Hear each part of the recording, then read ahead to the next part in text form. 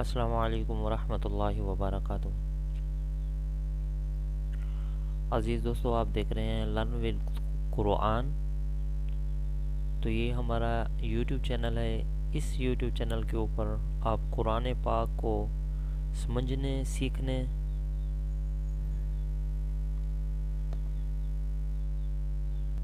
کے حوالے سے آپ کو معلومات ملے گی۔ تو آئیں سبق شروع کرتے ہیں۔ تختی نمبر 1، تختی نمبر اول، حروف مفردات۔ حروف مفردات کون ہوتے ہیں؟ کون سے ہوتے ہیں؟ جو علیحدہ علیحدہ ہوں اس کو حروف مفردات کہتے ہیں۔ تو شروع کرنے لگے ہیں۔ بسم اللہ الرحمن الرحیم۔ پھر سے پڑھیں۔ بسم اللہ الرحمن الرحیم۔ آپ نے توجہ سے سننا ہے اور توجہ سے ساتھ میں دہرانا ہے۔ یہاں پہ یوٹیوب کے اوپر پڑھانے کا مقصد یہی ہوتا ہے، جو قرآن حضرات پڑھا رہے ہیں وہ ایسے پڑھتے ہیں تو اس کے پیچھے آپ نے دہرانا ہے۔ اگر آپ خود سے پڑھنا چاہیں تو ان کی آواز کو ٹھہرا دیں، مطلب وہ جو ویڈیو چل رہی ہوتی ہے اس کو آپ روک کے پھر آپ علیحدہ سے پڑھیں۔ جب آپ پڑھ لیں صحیح سے تو پھر آگے سے پھر ویڈیو کو پلے کریں۔ تو پڑھیں۔ بسم اللہ الرحمن الرحیم۔ لفظوں کے اوپر، حرفوں کے اوپر آپ نے بہت توجہ سے سننا ہے اور بہت توجہ دینی ہے۔ چلیں تھوڑا سا ہدایت بھی پڑھ لیتے ہیں۔ مدرجہ ذیل تختی میں حروف مفردات بیان کیے گئے ہیں۔ حروف مفردات بنیاد کی حیثیت رکھتے ہیں، مطلب یہ جو حروف ہم پہلی والی تختی پڑھ رہے ہیں، یہ حروف مفردات تختی نمبر اول، تو اس میں بنیادی حیثیت ہے اس پیج کی جو ہم پڑھنے جا رہے ہیں۔ تو اس لیے خوب محنت سے اسی میں بچوں کے تلفظ درست کرائیں، نقطے والے حروف کے نقطے یاد کرائیں، نیز حروف کو دائیں سے بائیں اور بائیں سے دائیں، اوپر سے نیچے اور نیچے سے اوپر پڑھوائیں تاکہ انہیں اچھی طرح لفظوں کی پہچان ہو جائے اور آگے چل کر مشکلات کا سامنا نہ کرنا پڑے۔ تو اس لیے یہ جو پیج ہے، یہ ہمارا پیج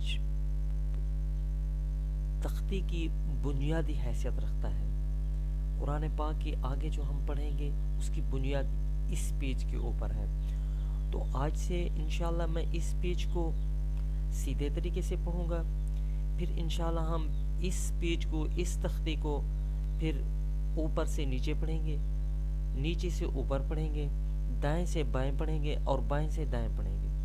تو آج کی ویڈیو میں بالکل سیدھے سے پڑھ رہا ہوں، تو آپ نے سیدھے سے پڑھنا ہے، پھر ہم اوپر نیچے یا دائیں بائیں اس کو رواں کریں گے۔ تو پڑھتے ہیں۔ الف، الف، یہ دیکھیں اوپر بھی الف چھوٹا سا لکھا ہوا ہے، الف لام فے۔